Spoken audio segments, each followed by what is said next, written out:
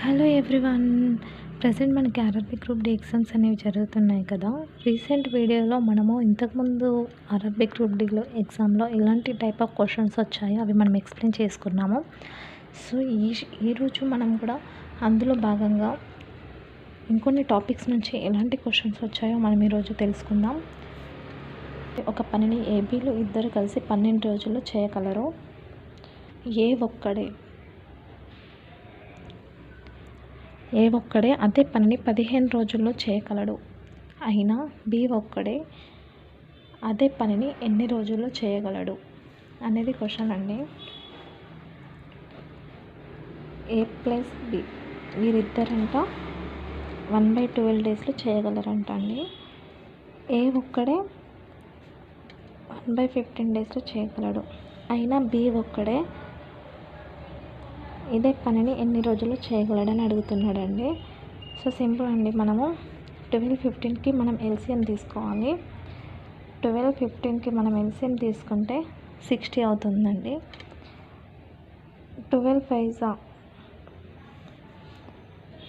15 4s అండి. So మనకి ఇక్కడ ఇది అనేది మనకి వీటి ఎల్సిఎం అండి. సో మనకి ఇక్కడ బి ఒక్కడే అడుగుతున్నాడండి. బి ఒక్కడే అదే పనిని ఎన్ని రోజుల్లో చేయగలడు. సో మనం మైనస్ చేయాలండి. ఏ ప్లస్ బి నుంచి మనం మైనస్ ఏ చేస్తే మనకి ఆన్సర్ వస్తుంది. 4 ఏ ప్లస్ బి ఎంత అండి 5 మైనస్ బి ఎంత అండి 4 బై మనకి ఎంత 60 ఎల్సిఎం 60. సో మనకి 5 - 4 ఎంత అండి 1/60 అండి. సో మనకి బి ఒక్కడే అదే పనిని 60 రోజుల్లో చేయగలుగుతాడండి. బి ఒక్కడే అదే పనిని 60 రోజుల్లో చేయగలుగుతాడు. ఓకేనా అండి. సెకండ్ క్వశ్చన్ చూద్దామండి. 200 మీటర్ల పొడవైన రైలు ఆగి ఉన్న ఒక మనిషిని 24 సెకండ్లలో దాటును. అయితే దాని వేగం km/hలో ఎంత అని అడుగుతున్నాడండి. మనకి ఇక్కడ ఫార్ములా ఉంటుందండి. మనకి ఇక్కడ దాని వేగం అడుగుతున్నాడు, స్పీడ్. కాబట్టి మనకి ఇట్లా ఒక ఫార్ములా ఉంటుందండి. డిఎస్టి అనేది మనకి ఇట్లా ఒక ఫార్ములా ఉంటుంది. అంటే ఇది డిస్టెన్స్, ఇది స్పీడ్, ఇది టైం అండి. సో మనకి ఇక్కడ స్పీడ్ అడుగుతున్నాడు. స్పీడ్ అంటే మనకి ఇక్కడ ఏం తీసుకోవాలి, డిస్టెన్స్ తీసుకోవాలి. డిస్టెన్స్ ఎంత అండి 200 మీటర్స్ అండి. టైం పీరియడ్ వచ్చేసి మనకి 24 సెకండ్స్. ఓకేనా అండి. మనకి ఇక్కడ ఇట్లా సెకండ్స్లలో ఉంది కాబట్టి మనకి 18/5 అనేది మనం రాసుకోవాలండి.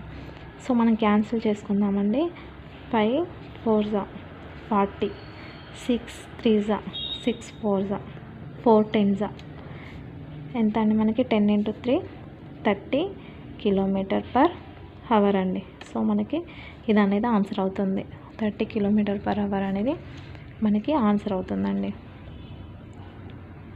మనం థర్డ్ క్వశ్చన్ చూద్దామండి. 2 సంఖ్యల మొత్తం 48. ఆ 2 సంఖ్యల మధ్య వ్యత్యాసం 8.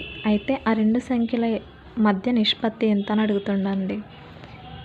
సో మనకి ఇలా ఉన్నప్పుడు ఏ ప్లస్ బి ఏ మైనస్ బి చేసుకోవాలండి. మనకి 2 సంఖ్యల మొత్తం 48. సో మనకి ప్లస్ యాడ్ చేయాలి. ప్లస్ వీటి వ్యత్యాసం అన్నప్పుడు మనకు ఒకటి ప్లస్ యాడ్ చేయాలండి, ఒకటి మనకి మైనస్ చేయాలండి. ఇది అనేది మనకి 56 అవుతుంది. ఇది అనేది మనకి 40 అవుతుందండి. క్యాన్సిల్ చేయండి.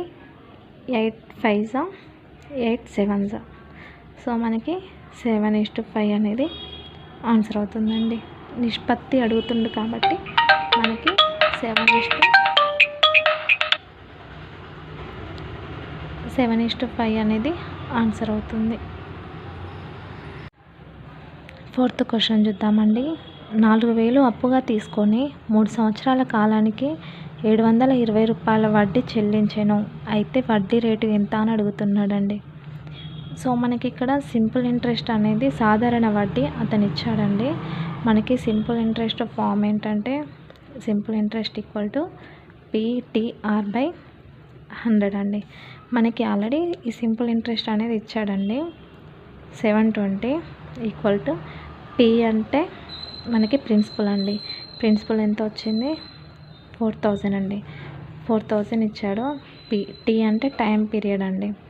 మనకి ఆర్ అనేది కనుక్కోమంటుండు. డివైడెడ్ బై 100 మనం formula వేసుకున్నామండి.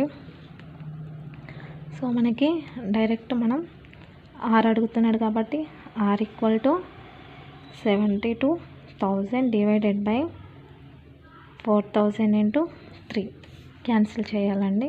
3 zeros 3 zeros 3 2s 3 4s 4 6 అనేది మనకి 6% అనేది అవుతుందండి. వడ్డీ రేట్ అనేది మనకి 6% అవుతుందండి. ఓకే, 5th క్వశ్చన్ చూద్దామండి. ఒక వ్యాపారి 8 వస్తువులను 10 రూపాయలకు కొని 10 వస్తువులను 8 రూపాయలకు అమ్మితే లాభమా నష్టమా ఎంత శాతం అనేది అడుగుతున్నాడండి. సో ఒక వ్యాపారి అంటే మనకి ఇక్కడ మనం వస్తువులు రాసుకుందామండి. ఇక్కడ మనకి ధర రాసుకుందామండి.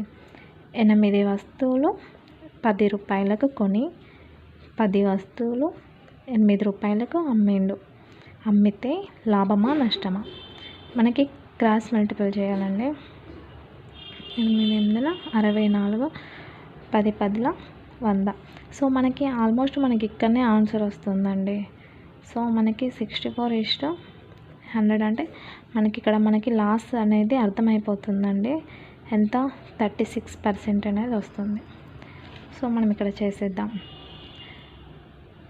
64 మైనస్ 100 డివైడెడ్ బై 100 ఇంటూ మనకి 100% అనేది అడుగుతున్నాడు కదండి.